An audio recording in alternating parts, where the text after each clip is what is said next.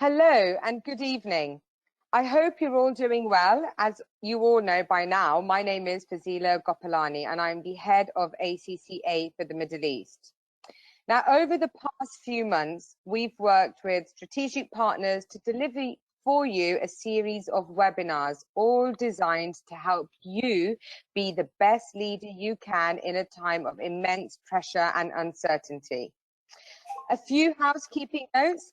Please feel free to ask questions using the question and answer panel on this webinar, and towards the end of the session, we will go through your questions. Now, this webinar is focused on agile leadership and complements our webinar series that we've been having. Being an agile leader promotes a healthy working team environment. By being agile, you allow your teams the freedom to make their own decisions, which allows them to respond quickly to new market changes and technological opportunities. I'm sure you'll all agree that the last few months have indeed needed this mindset. This leads me nicely to introduce you to our subject matter expert, Dany. Chaktora. Dany holds a doctorate degree in organizational management and leadership from the University of Phoenix, Arizona, and has over 18 years of experience in the Gulf region, giving him relatable insight into the working environment in our region. So without further ado, I would now like to pass on to Dany to deliver the webinar on the Agile Leader. Thank you, Dany. Very much. Thank you, Fazila. Thank you very much for the introduction. I would like to welcome everybody on board. Thank you very much. Thank you for ACCA, of course, for this webinar. I've been looking forward definitely for this for quite some time. And definitely, I hope that this webinar will give you all just an understanding of the meaning of agile leadership and the criteria for the agile leadership and what we can actually do in our organizations to apply such a concept. In fact, of course, we're gonna be only scratching the surface in this webinar. It's only 1 hour. Definitely, we're gonna talk about the concept of agile leadership, how it works, and definitely. We're going to take your questions, and we'll have like 5-10 minutes questions and answers, and we can actually reply to your questions and to your concerns. Let us actually kick off with the first session, and definitely we're going to scale up things. Just to start with, to be very honest, if you guys think that teams only are enough to deliver results, then that's not agile leadership. This is definitely old school leadership. So definitely leadership started a long time ago. I don't want to go through the history of the leadership, the academic type of leadership, which started back in the 1800s. Nevertheless, we really need to focus on the new concept of leadership in the workplace, especially during, I think we're still during the pandemic. Basically, we cannot say we are post-pandemic. We are still struggling in the pandemic altogether. So what we can actually do to get things done within the organization in such a turmoil and leave behind our old habits. That's the most important thing. Nevertheless, we do not want to forget our old concepts, because what agile leadership is building on old leadership scales. So therefore, what happened, and this is very well known in the corporate culture and the corporate business, as you may know, that change is very hard, especially on people. So how come we're going to implement change within the organization to achieve agile or agility on the longer scale? So what happened recently, or in the past, before actually during the first few months in the pandemic, there's a new research that they went and they asked people, okay, what do you think about change? What do you think about shifting the concept, management and leadership concept of the organization from the old concept to the new agile concept? you will be surprised. You will be surprised that we have two main ideas that people were interested in: the inability to change corporate culture and the general resistance to change. These were the two main factors that actually researchers focused on, because they want to know that would people do things in a different way. You know, maybe, or we know all together, that organizations, they stick to the same strategy unless there's something wrong. And there's a very well-known saying anyways, never change a winning strategy. But nowadays, this is old stuff. Never change a winning strategy, that's perfect. It used to work before. Now within the pandemic or during the pandemic, or we're gonna be moving on post-pandemic, then things are gonna change. Now, sticking to one single strategy, it's not gonna work. It never worked before, but we were doing it, whether we like it or not. We were putting a strategy in the beginning of the year. We were directing people.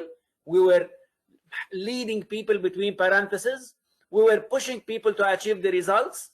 That's old stuff. So what actually research has found, that 54% of the population that was tested, actually, they refused, they didn't have the ability to change organizational culture. And therefore, and what we mean by culture, we're going to tap on culture later on. Culture is how we're doing things day by day, okay? From a business perspective, it will form our business culture within the organization. So therefore, the organization has different departments, different components. These different components, each and every manager, let me put it this way, or leader, deals with things his own way. So if we puzzle things up, we create the culture of the organization. Nevertheless, we should not also forget the policies and the procedures that are there in place, or you will be putting them. This is part of my old leadership process. So policies, procedures are part of my old leadership process. 42% of the people, generally, they are resistant to change, because again, we are pushing people from a comfort zone to a non-comfort zone. And with agile, with agility, we're not talking about 2-3 months down the line, then we will hop on a train and then this train will take me to my destination. That's not going to happen with agility. That's not going to happen with agile leadership. When we talk about agile or agility, we're talking about flexibility. We're talking about diverting at any point of time, respective of the initial plan. So we're not going to be waiting. We're not going to be, okay, we're on a, we're not going to be on a cruise control mode. Cool, I have a plan. Let me push the button, and then it cruises along the way, harmless. So in such an environment, nowadays especially, things have changed a lot. So if I want to actually define the leadership, if I want to actually define agile leadership, and what does it actually mean? I came up, or in fact, experts were asked, how do you define leadership? Experts were asked, how do you actually define leadership? So they came up with a lot of definitions, and I combined a few to form up one definition. Let me start with the first one. The first expert focused more on the listening and the learning adaptation. So actually, what he was saying, rather than you putting the plan, making people work on the plan, execute the plan, achieve the results, then cool. Let's do it the other way now. Let us listen to the people. Let us learn from my experience, and let me adapt to my new situation. So that comes the first definition. Let me put it this way. A second definition, let me connect the dots. What do you mean by connecting the dots? Focusing on the people development. We are focusing on people development, and we are connecting all the information that I have. Because later on, we're going to see that the agile leadership, in fact, is something, it is very viable. It's a very viable concept that it's very difficult to say, okay, I'm going to hop there. I'm going to do this now. But so when you reach the but thingy, and then you have to ask yourselves, am I doing the right thing? So I'm going to connect all of these dots. I'm going to connect the vision and the mission of the organization.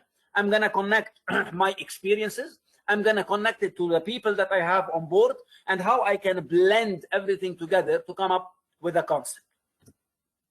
Third of all, inspiration, inspiring creativity and innovation in your employees. Again, old systems, let me put it this way, or let me say the traditional management leadership concepts focuses on, again, and especially if you are in a business industry, all business people, they start their plans maybe in September, October, preparing for their coming year. And they say, all right, we have this plan, we're gonna execute there, and cool, and these are the expected results from whatever you are doing. And maybe of course they review the results quarterly or monthly or weekly. Again, it depends on the corporate culture. And then they come up with, okay, whether I'm doing right, I'm not doing good, okay, we should plan something or we should do something else. However, it is very important because the people are the ones, or your employees are the ones who are actually on the ground. They are the ones who are face to face with the customer. They are more customer centric. So in the pyramid, there's this pyramid, we call it customer centric pyramid. So the old pyramid, okay, on the top, there was the big boss, you want to call him, the CEO, you want to call him, whoever you want to call him. And then top management, middle management, and then we have the frontliners on the bottom. And on the sides of the pyramid, there are customers. So what does that mean? So my frontliner is actually very much connected with my customer, almost 360 from both sides and from the bottom. However, and the problem with this pyramid is that my middle, my higher, my CEO are very far away from my customers. So what happened is that they have flipped this customer-centric pyramid. So the CEO is down, my lower management is up, my lower management is still connected with the customers, my CEO, middle and higher management, they are bombarded with my customers on the side, which makes it a 360 degrees of customer-centric organization. So inspiring my whole concept, the whole people, the higher, the low, the middle, and the CEO, all of these people will be putting all their efforts to come up with creative ideas along with their employees to serve the customer. Of course, if you have an organization of 100, 200, 300, 400 people or more, then of course it's very difficult to bring everybody on board.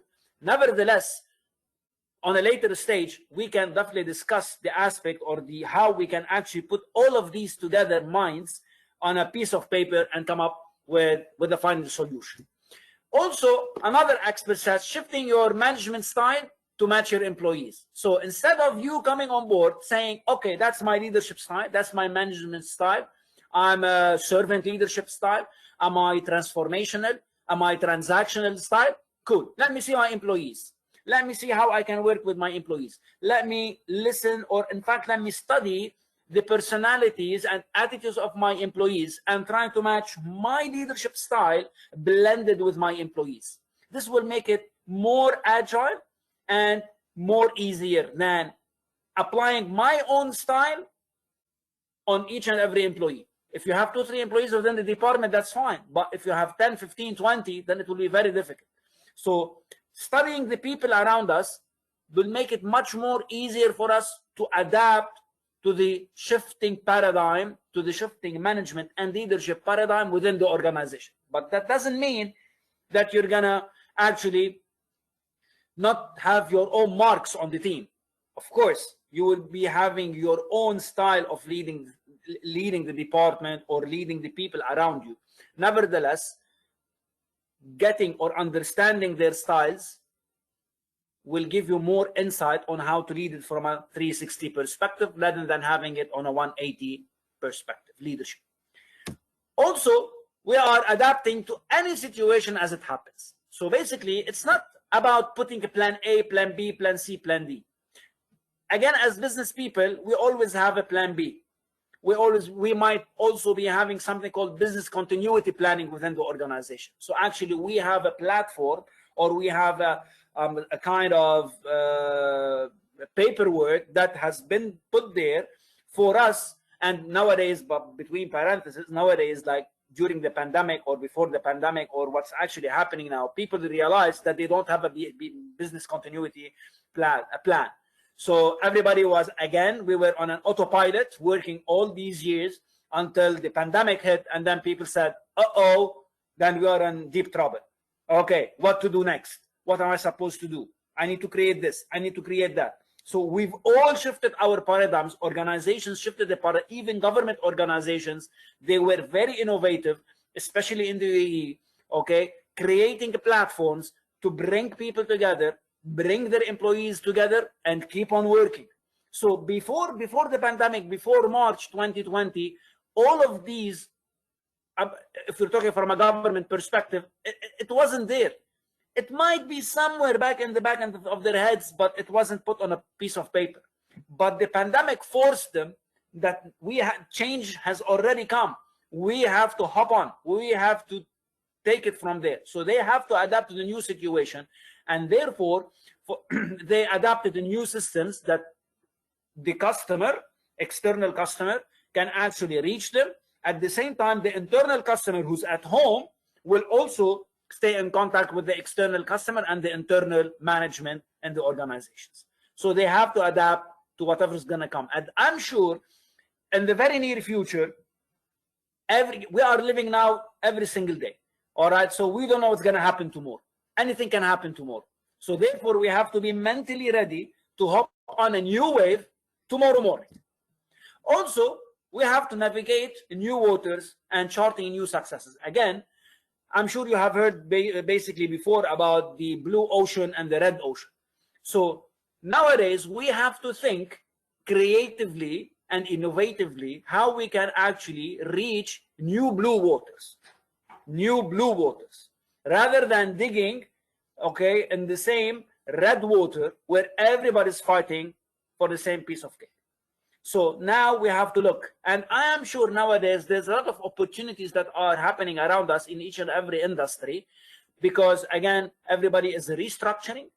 Unfortunately, a lot of people lost their jobs, and now organizations are trying to think outside the box to bring in artificial intelligence to the organization due to the pandemic and due to the situation. So therefore, now it's very important for us to actually navigate the new blue waters to create new markets for our organizations.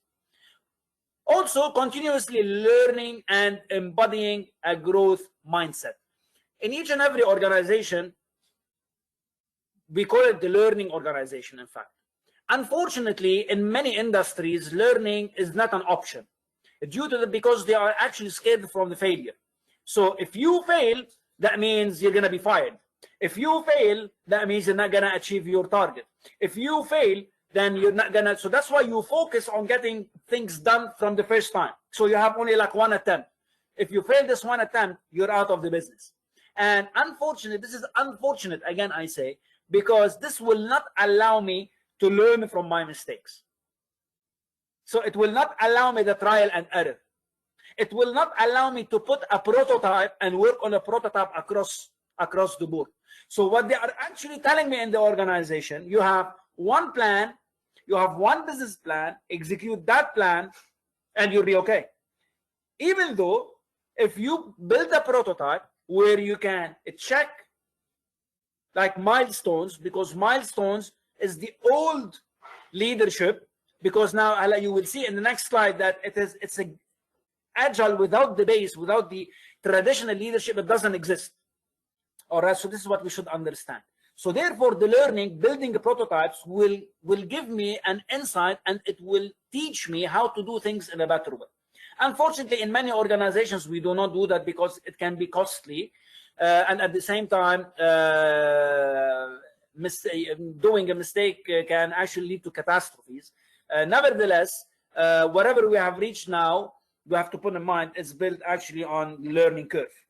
On a learning curve, and without the learning, without building prototypes, it will be very difficult for us to actually reach out a product, an actual product or a service that you actually deliver to your customers.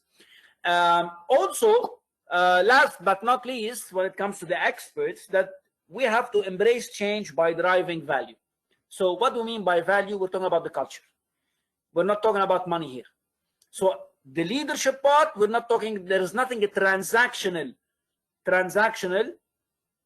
in that aspect. So we're talking about more onto the transformational side. So on the transformational side, we have to drive value, we have to drive culture, we have to drive people do things in a different way. We have to embrace the change, because if we don't do that and we get stuck in our old habits, then it's not gonna fit the new post or during or post-pandemic era. I doubt that the organizations will actually, they will be rigid. You know, we always call them like hippopotamus organizations. It is very difficult for them to actually move. All right, and if they fall, then it will be also very hard for them to come up back again. So therefore, they have to be like more featherless. Let us put it in this way, when actually building their leadership concept within the organization. And last thing, letting go of what doesn't work. Absolutely, letting go of what doesn't work. We cannot expect to have same results or different results doing the same things. So if we really need to change results or to drive results in a different way, we have to do the prototype testing.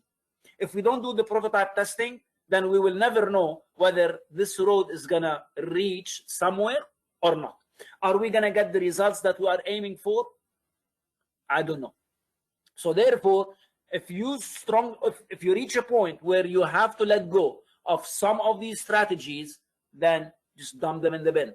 Just get rid of them, even though they are part of your policies and procedures within the organizations.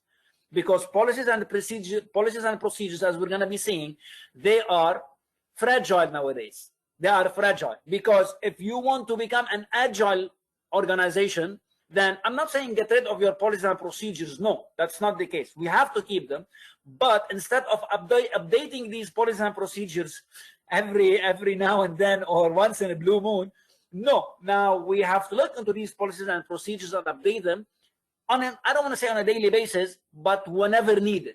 It can be on a daily basis, it can be on a monthly basis, it can be on a weekly basis, it can be on a yearly basis. As long as you feel that you need to do something in a different way, then this is where you actually need to let go of the things that doesn't work and replace them with things that actually works. This is you know, these are some of the ideas that actually experts put, all right, puzzled to actually create what is agile leadership, and how we can actually put all of these, all right, in a way where we can blend it with our existing leadership, or let me say the traditional leadership styles that started 100 or more 150 years ago. So passion for learning, that's one. We have to focus on the people development. We have to develop our people continuously. We have to determine and actually push people to achieve their personal visions and goals within the organization.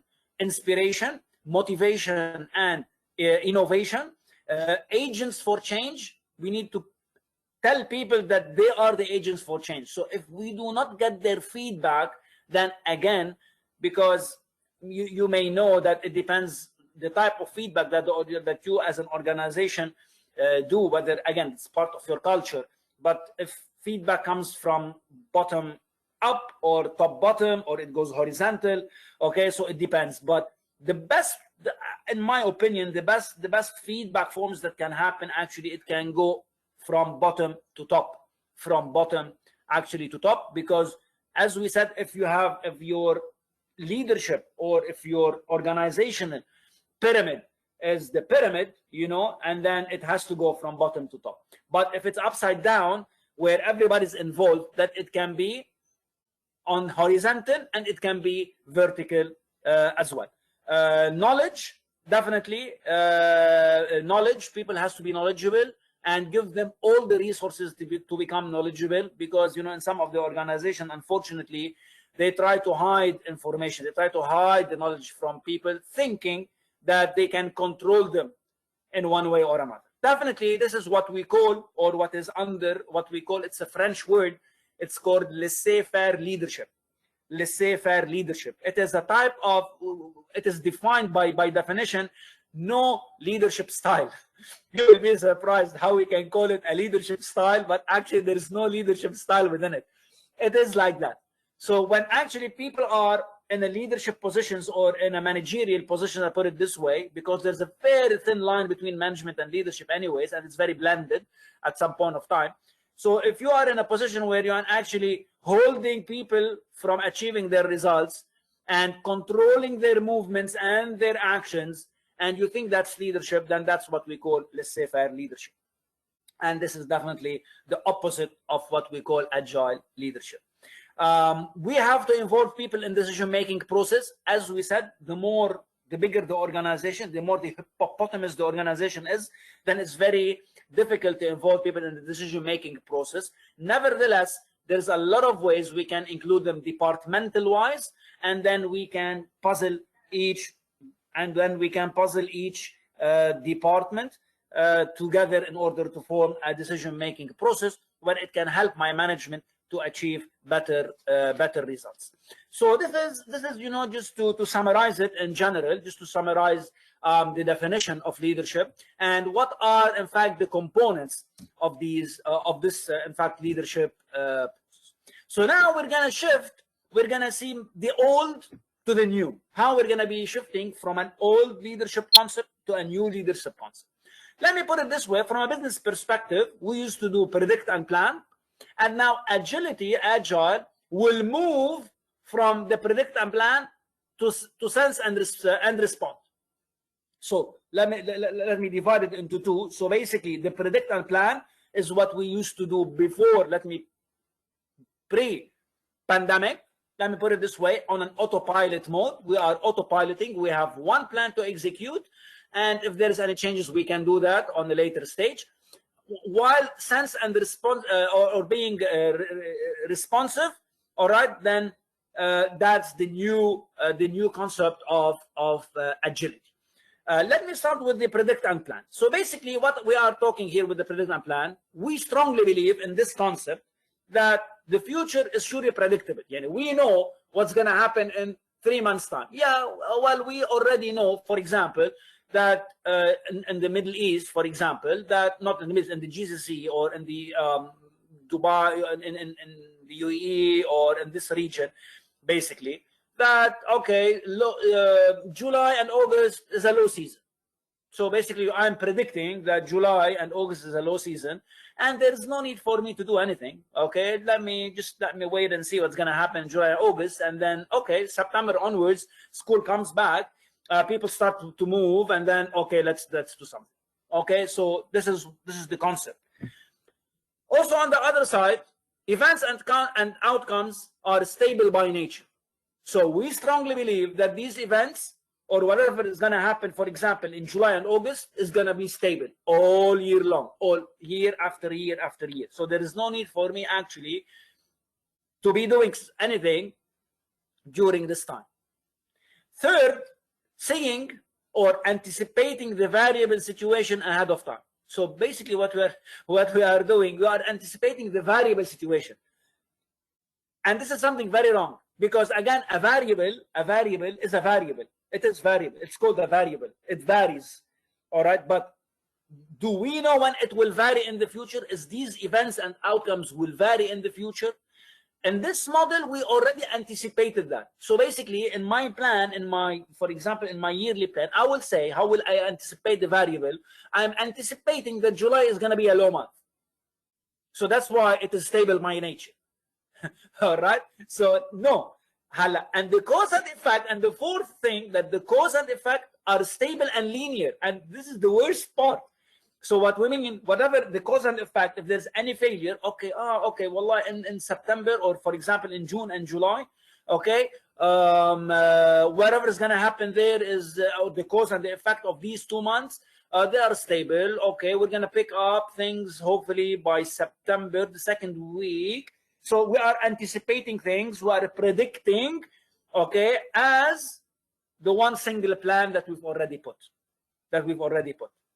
So in this part, what we are actually doing, we are planning ahead of time. We are planning ahead of time. I'm not saying that's bad, but again, if it is not variable, okay, here we are anticipating the variable, or it is we are saying events and outcomes, cause and effects are stable. All right, so that's why the plan is stable. So the plan ahead of time, the decision making process, the decisions that will be taken, also they are taken ahead of time. That's 2. And 3, what we're actually doing, we are breaking down the initiatives to smaller ones. For example, creating like policies, procedures, whatever. So we are doing these 3 things. We are planning ahead of time, which is not bad. Definitely we need to do so, but anticipating that it's going to be stable. We are deciding ahead of time. That's 2. And 3, we are actually dividing or breaking down the initiatives and putting together to smaller ones and putting together policies and procedures to protect ourselves, to actually protect ourselves. So if anything changes there, okay, I have nothing to do with that. I have a policy, I have a procedure, okay, I work accordingly. So, however, the concept of sense and respond and to be responsive, it changes the whole concept. It changes the whole concept. It doesn't, again, it doesn't delete it. It doesn't actually cancel it. Nevertheless, it builds on top of it. Again, as I said, planning is part of the agility, okay? But not planning is bad. You know, okay, so if you say, okay, planning versus non-planning, no, I will plan. But the difference between planning and non-planning is that I need to take decisions in a split of a second. So as we said, with this concept that decision making ahead of time, with agility, decision making a process on the spot. So the decisions are not taken before. Are not taken before. So what we are actually doing in the sense and respond, we cannot predict the future. Definitely we cannot predict the future. Until February 2020, everything was working perfectly, at least in this part of the world. At least in this part of the world. We are going to our offices. We are implementing our plans. We were on plan. All right. We were traveling. We were doing 1, 2, 3, 4, whatever. Okay. But March onwards, things went ballistic. So nowadays we have realized that we need to do things in a different way.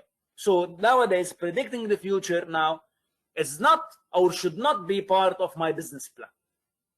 Should not be business plan. So now if you tell me what do you expect, okay, in the 4th quarter of 2020, I don't know. What I know for sure that I need to work hard now, today, this minute, to achieve something tomorrow. And then we will take it day by day. Things will change unexpectedly. So I need to be prepared. With agility, I have to have the mindset. That's it. I have to have the mindset that anything can happen tomorrow. Anything can change tomorrow. It might be to the best or the worst. I don't know. But things can change tomorrow. And I need to react. I cannot be proactive. I need to react in such a situation. Because again, we will see with the wheel that reaction is part, of course, it's one of the main pillars of the agility circle. Third, we cannot see or anticipate the variable situation ahead of time. So we should not, as I said in the previous one, as you can see here, seeing or anticipating the variable situation ahead. Yes, we can do that. This is in the previous one. But in the new sense and respond, then we cannot anticipate. Do not anticipate the variables ahead of time. Let me work on a prototype. Let me work on a prototype. You know, it reminds me, working on prototypes, also, there's a research that was done about prototypes, what is the difference between adults, and you will be surprised, kindergarten children. What is the difference between adults putting a plan, working on a project, and how can actually the same people, which are kindergartens, how they work on the same project, how they think about it. You will be surprised that the adults, they have executed one single plan. They came up with one single plan and they executed that plan. And only 10% of these people actually, only 10% of these adults managed in the first attempt, zero managed to complete the project in the first attempt. In the second attempt, actually 60% of the adults achieved the results from this project. While the kindergarten children, they were building prototypes. So what actually they were doing, for example, a small bits and pieces of the project, looking at it, saying whether it's working or not. If it's working, perfect, let me put something else. If not, then they were actually moving things from a different perspective and then building it up. So the thinking of these children was much more effective than the adults. And what actually also made a big difference are, of course, executives, executive secretaries, because they can actually, they know the policy and the procedures of the organization, but at the same time, everything what they do is variable. Because they are used, they have a mindset of variability in their jobs. Anything can happen at any time. And last but not least, cause and effect may not be clearly observable. So you cannot actually observe the cause and effect of a certain problem, why this happened. So, of course, maintenance is very essential in your jobs, in building the leadership. All right, so you have to maintain. It's as if you are maintaining an elevator. You don't wait for the elevator to fail, rather than you actually you maintain the elevator on a regular basis before the catastrophe hits. And this is what usually happens with the assess and respond. So basically, I will do the maintenance part, but at the same time, if something fails, then I have to actually respond on the spot. Is this plan B or C or D written somewhere? No, it is not. With agility, no, it's not. It is not. You cannot predict it. You cannot actually write it on a piece of paper saying, okay, if this happens, that's what I'm going to be doing. And that's what actually happened with the pandemic. Nobody thought about such a catastrophe, and nobody had any sense and no response, no plan in place to respond to whatever was happening. So everything was on the spot. Okay, let me do this. Let me create that. Let me put a platform. Everybody's going online. Okay, let me create something online. Let me, so everybody was coming together, okay, responding to the situation. So in this one, if I want to summarize it actually, so plan and strategize as you go. Plan and strategize along the way. Don't put your plan and strategy way back and then execute this plan. So try to plan, execute, strategize, plan, execute, plan, strategize, execute, plan, strategize, execute. Instead of having one single plan and then you execute, it fails, then you change. Then, okay, then I execute, and then it fails. And then I change. So that's the difference between the old concept and the new concept. Also, make sure set to increase your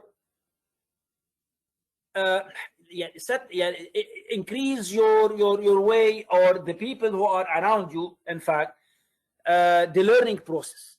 Set to increase the learning process. Try to learn from each and every situation.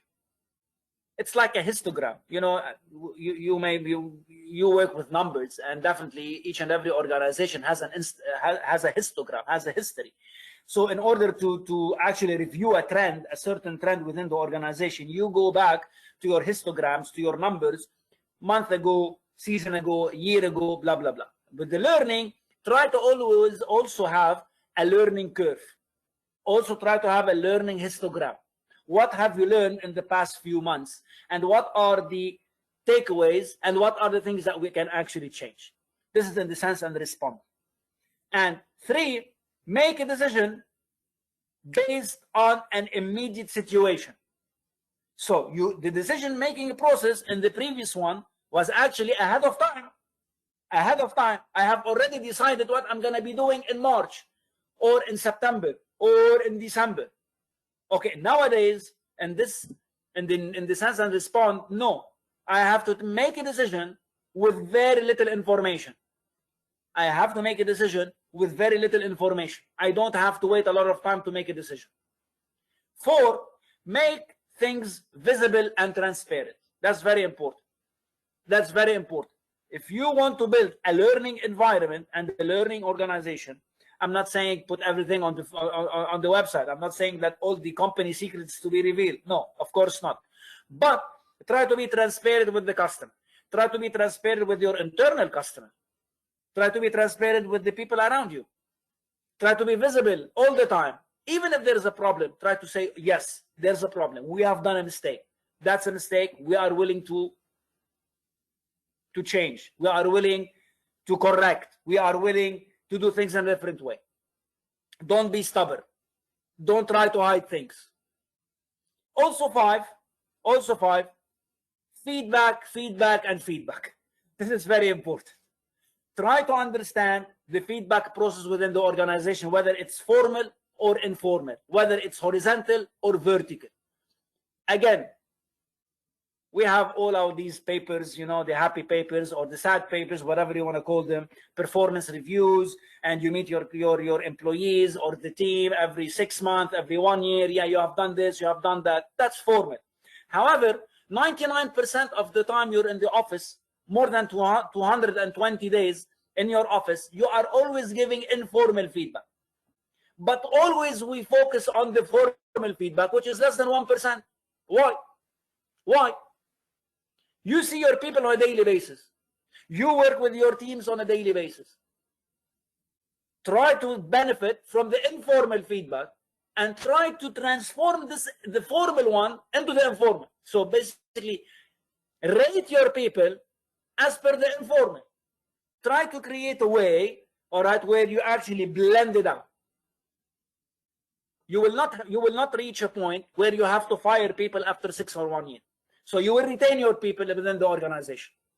Because you may know, the more people are leaving the organization, I'm not talking from a pandemic perspective, but from a normal situations, the more people are leaving the organization, then the organization is actually bleeding. Then there is something wrong somewhere.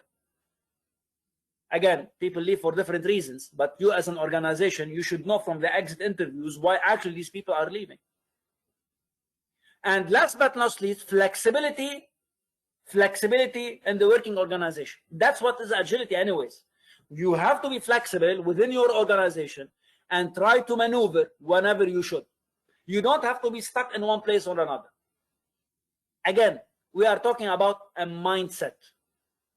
Maybe talking and speaking is very easy. Maybe implementation is very hard. Yes. And as we have seen in the beginning, more than 50% they don't want to change. 42% they refuse to change, whether employees or whether management. And again, implementing change within organizations that are huge and big, it's also very challenging. Nevertheless, everybody has to come together. That's why we said decision-making process, bring people together and try to connect and create this mentality where everybody means a lot to the organization. Moving forward, so as I said before, that the agility leadership concept is built on the predecessor of the traditional leadership concept. So it doesn't float on its own. Okay, it's not like a brand new concept that we haven't seen in our whole lives. No. All right, they just added the agility word. You can find it in a dictionary. Okay, but as you can see here, we have to start managing for results. Yani, this is the base. Management is the base of a leadership. Management is based on leadership. But what we've done here actually is that we have started with the base, with the managing for results. Agility is designing environment that create the results. So the traditional leadership is there on the bottom. Designing environment that create results is on the top.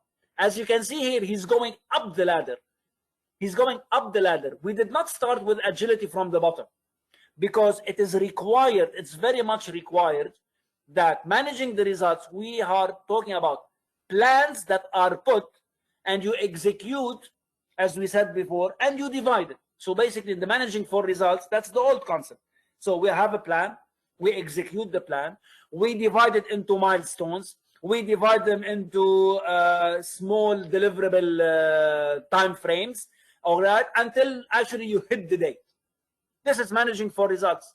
And I will be very honest with you, 90%, 95% of the organizations is there, which is fine, which is to some extent is fine. All right. Now, if you want to grow up, if you want to just climb the ladder and you want to start thinking of agility and designing environments, then that's a different story. So now I'm not going to get rid of all of this. I just want to slowly start to changing the concept from the traditional to the new concept. And with designing, actually what we are doing with the designing environment, or what do we mean by designing the environment? Usually we are attaining through helping our people to see where the organization is going.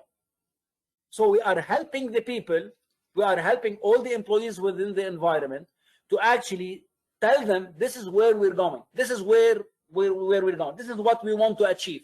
But we cannot achieve this without you. You know, we cannot achieve this as management, as leadership, as leaders in the organization without you, Mr. Employee, whatever you call it.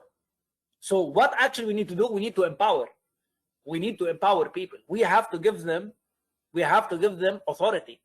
We need to empower them. And we need to leverage their skills and their tasks. So we want to give them, to some extent, again, the agility, all right, to take a decision, and to encourage them and to empower them to do mistakes. Because if they don't do mistakes, to some extent, of course, we don't want things to be, you know, just goes out of hand and become drastic and big problems. But again, we need to give them the flexibility in doing some mistakes to learn. Of course, not on purpose, but at least, you know, pushing them away from their comfort zone instead of doing the same thing over and over and over again, and it becomes a routine and it becomes ineffective. And we always say, how many years of experience you have? You have 1 year of experience and 17 years of doing nothing experience, or you have 17 years of experience and 17 years of innovation and new ideas and learning something new.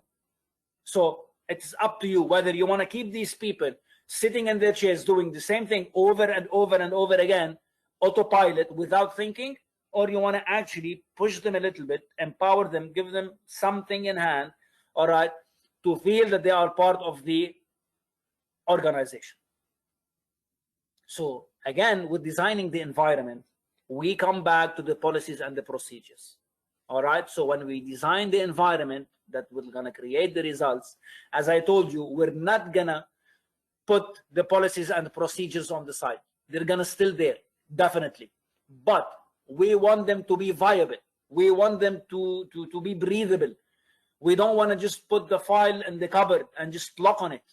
We want to work. And unfortunately, what usually happens with other organizations, that the quality management comes by the end of the year and tells them, okay, come, let's see what you have. And then everybody starts looking around. Okay, where's the files? Where are these files? Where have we put these files? You know, where are the records? Where are the documents? And it's lost somewhere, somehow. So that's not what you actually want. You want to keep these files on top because you want to always change them whenever you change, whenever the taste of the customer change, whenever the market changes, you change as well. So therefore, the focus, okay, the focus will be on the systems, the focus will be on the structure, and the focus will be on the value flow. So we did not forget the systems, we did not forget the structure of the organization, how it works, but we've added on top of that, this is the difference between the managing and the designing, that we have added the value flow. We are making more value of the people we have, which will add more value of my organization. So instead of being a stepstone, an organization stepstone to something better, okay, No, let me be the organization that an employee would love to work there. So we have to create this environment for him to be more flexible, to be part of the organization. And even if he was tempted by something outside the organization, he's not going to think once or think twice, but I want to try to make him think 100 times before leaving my organization. So this is what it is meant by the making the leadership and management upgrade. So basically we are upgrading the scale, upgrading the scale. So how do you think you can make the shift? How you can actually make the shift between the old managing the results to designing the environment? As you can see on your left hand side, we're talking about directiveness. So managing the results is directive. So we are telling people to do something, we are directing them, this is the way, go that way, go left, go right. We are controlling them, and by the end of the day, if they achieve the results, we are incentivize them for their hard work. That's what we're actually doing. Because why? Because as we said with managing for results, that the plan that's already been put, so he has nothing to do with the plan as an employee. The decision-making process has been already taken. He's not part of it. He only implements. That's what we want. That's what you do. We are controlling him. We control them. So we have always, you know, this the paternal kind of control, all right, that is hard and harsh, and we don't actually have the flexibility in one way or another. And at the same time, okay, you achieve the target, we incentivize you. You're eligible for 1%, 2%, whatever X amount, whatever it is, financial transaction. Nevertheless, so here we are moving from, as you can see, from direct control. So we are moving from direct control and intervention, to conditioning the broader environment. How? So we are seeing the conditions. We are a catalyst in designing the environment. So we are catalysts in designing the environment. So we have the conditions. We look at the conditions. As we said, the structure, we did not leave the structure. The structure is there. The structure is there. We just need to make it more viable. We need to learn from the practices that we are doing, previous ones, existing ones, so we blend them together. What is the role that I'm playing within the organization? Is it a very tiny, itsy-bitsy specific role? Yes or no? Again, I have to think about it. I'm an accountant, all right, for example. Cool, I go there in the morning, I sit on my laptop, on my computer, I work from 8 to 5, I leave. That's it? Is that's it? That's it that I have to give the environment? My organization? Is that's it? So this is what you have to think of. The environment, again, as we said, we are building a very healthy environment where everybody participates, where everybody is a participant, where we, as we said, it's the value flow, where we can actually value this employee, and this employee will value me also as a live entity, as an organization. Here we say vocabulary is how we actually say things within the organization, how we actually talk to our people within the organization. Is it from a control perspective? Is it from a directive perspective? Are we telling them what to do, or we are asking them what to do? So there's a big difference. There's a big difference. And as we see here, again, this is a way of life. It's a culture. Agility is a way of, again, the same way we were on the traditional leadership part. Now it's time to change, to move to the agility part. And this agility part, actually, okay, how we do it, how we want to implement it. Of course, our time does not allow us to see how we're going to be implementing it on the long run, because again, that's a long-term strategy. But nevertheless, I have to think about conditioning, structures, practices, roles of the people, environment, and last but not least, the vocab, or how we talk to our people in order to achieve actually agility.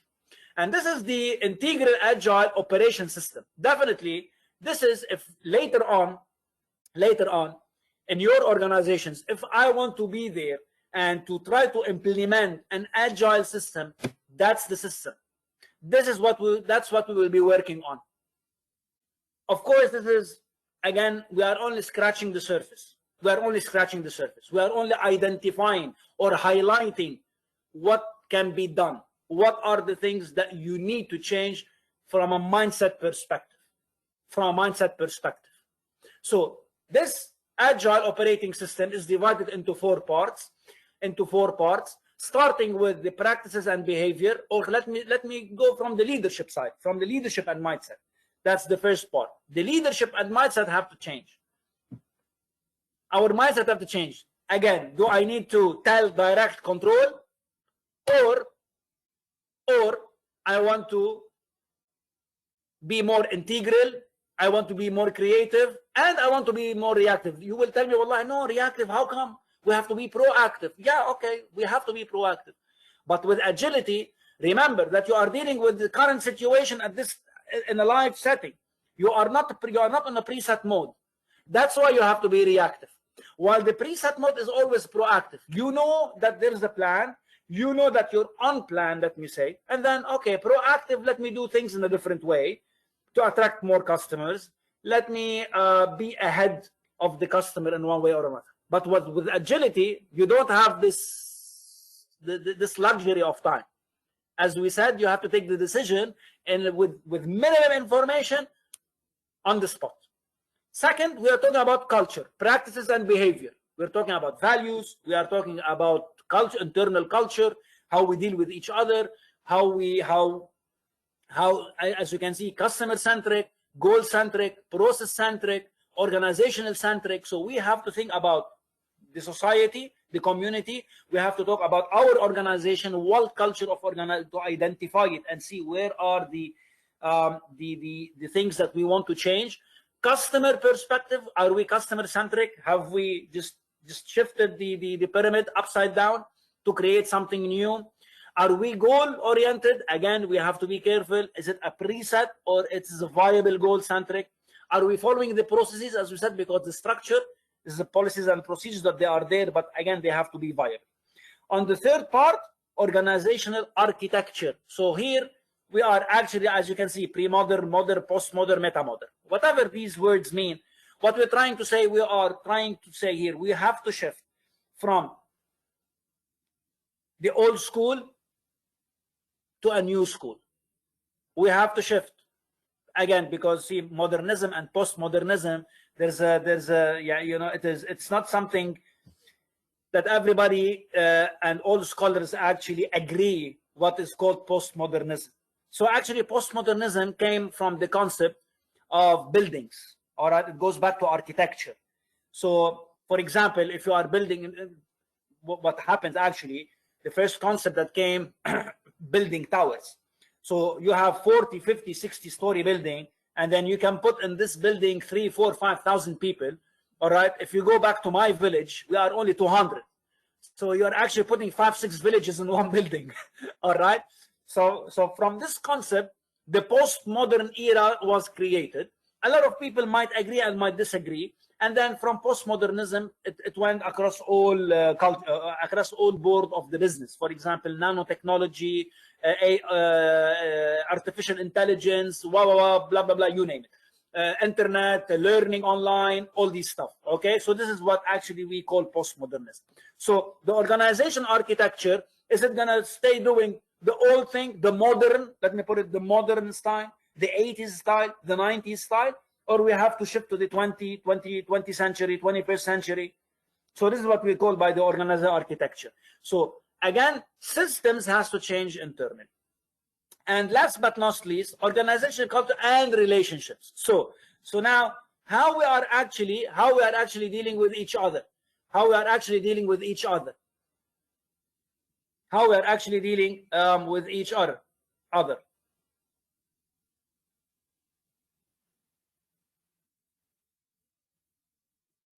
How we are actually dealing with each other. So these are the four. I will, of course, I'm gonna just wrap up these with the IA, we call it IA, Integral Agile Operating System. So these are mainly the 4 components. Of course, when you are when it comes to the organization, we have to dissect all of these 4 concepts and put them into action. And definitely this will take a lot of time to change the mindset and the concept of the leadership, of the management, and of the employees alike. I would like to thank you all. I would like to thank you all for being with us for this 1 hour. I hope it was beneficial. I hope it you was. have to do the questions now, or tell Yes, Helen. for sure, of course. It does. So sorry, I've had internet issues, and my connection kept getting lost, and so I was like stressing about question and answer time. Apologies. No worries, no worries. Dany, that was absolutely fantastic, and I know that we've had nearly 100 people on this call, and I'm sure so many of them have taken a little bit of food for thought away on how to become an agile leader. I do have a few questions for you though, and if yes, technology does not interrupt, because I was like saying to Malik to take over the questions, or Helen. One question is, how can someone ensure effective leadership, especially when employees are working from home or remotely working? Yes, well, thank you. This is a very important, important question. Exactly. See, we think leadership is controlling people, and that's what I mentioned. The old concept nowadays, we were all in one place, we were all in the same building, same department, sitting next to each other. The manager or the leadership has an eye on each and every person, whether he's working or not. Now agility or leadership, again, if I want to go back to the core of leadership, you don't need somebody to control you. You don't need somebody to supervise you. You're not in the kindergarten anymore. You're a grown up. You should know your responsibilities as an individual. This is what is leadership. That's what's leadership. That's not management. So even if you're staying at home, even if you are miles away, you ask yourself, are you doing your job? Are you doing what's asked from you? Are you effective and efficient? That's what matters. It doesn't matter if I'm sitting next to you in the organization or a few floors up or down. It doesn't work like this.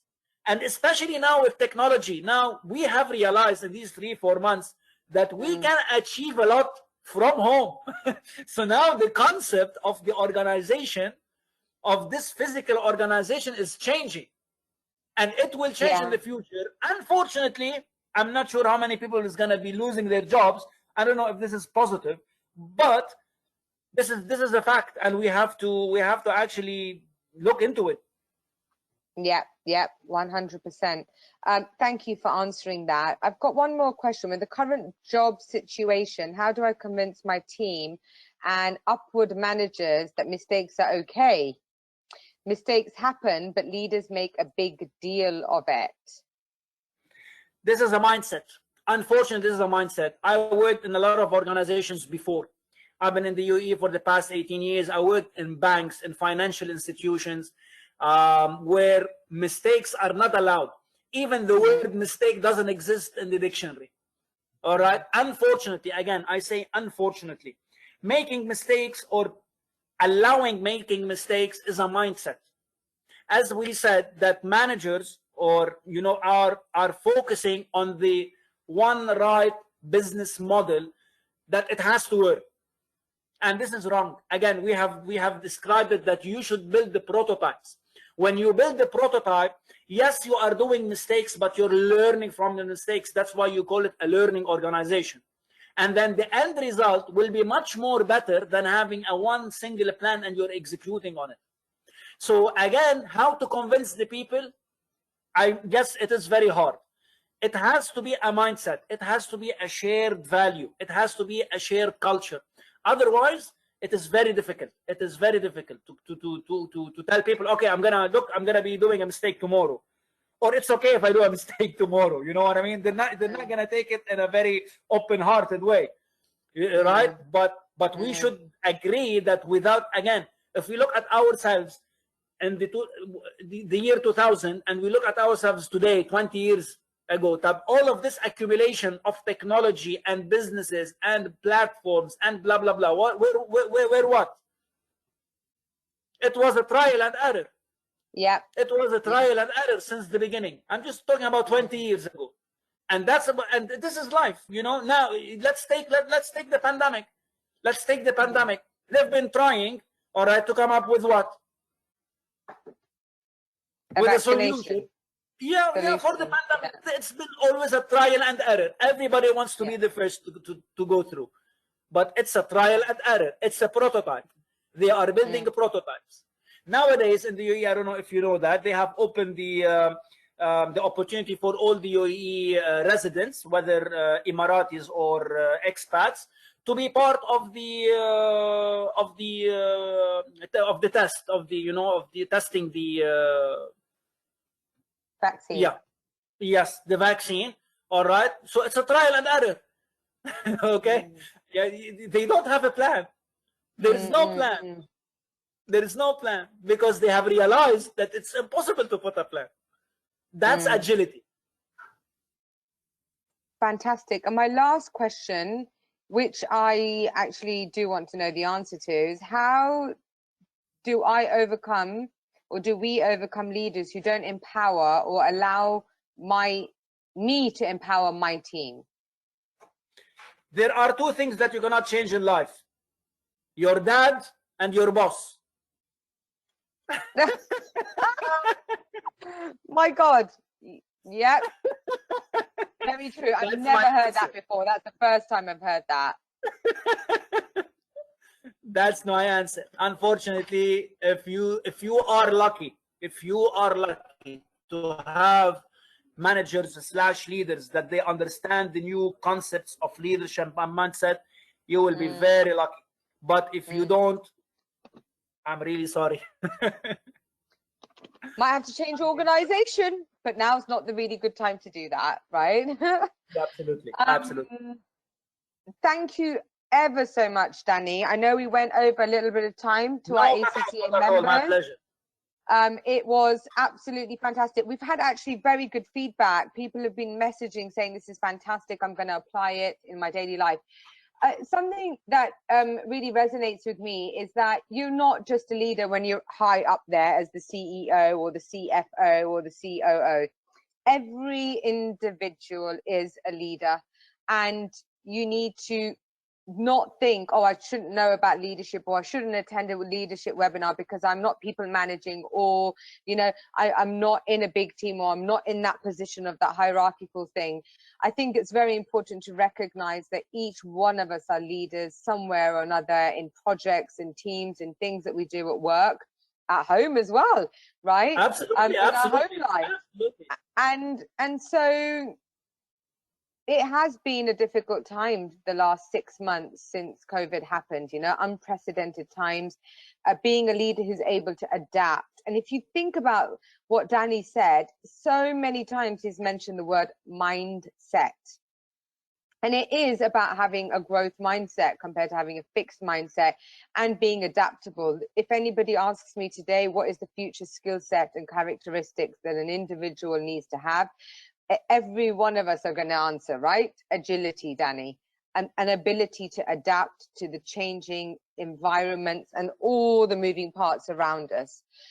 So with that note, and as those final words, I hope you've all gone away and made some notes for yourself, and that you will start implementing it. Because what is important is not just attending a webinar and forgetting what has been said. It's about now consciously paying attention and implementing it in your daily life. Dany, once again, thank you so much. Dany's contact details are there. I don't know if they're on the last slide, but in an email that will follow up, we will send the recording, because sometimes there are podcasts and things that I do like to listen to again. You will get a recording for this sent to you. There are Dany's contact details. If you need any further support or information on agile leadership or anything else to do with leadership, please, you can reach out to Dany. From us at ACCA, until the next webinar that we do. In the meantime, thank you all for your time, and I hope you all have a great evening. Thank you very much.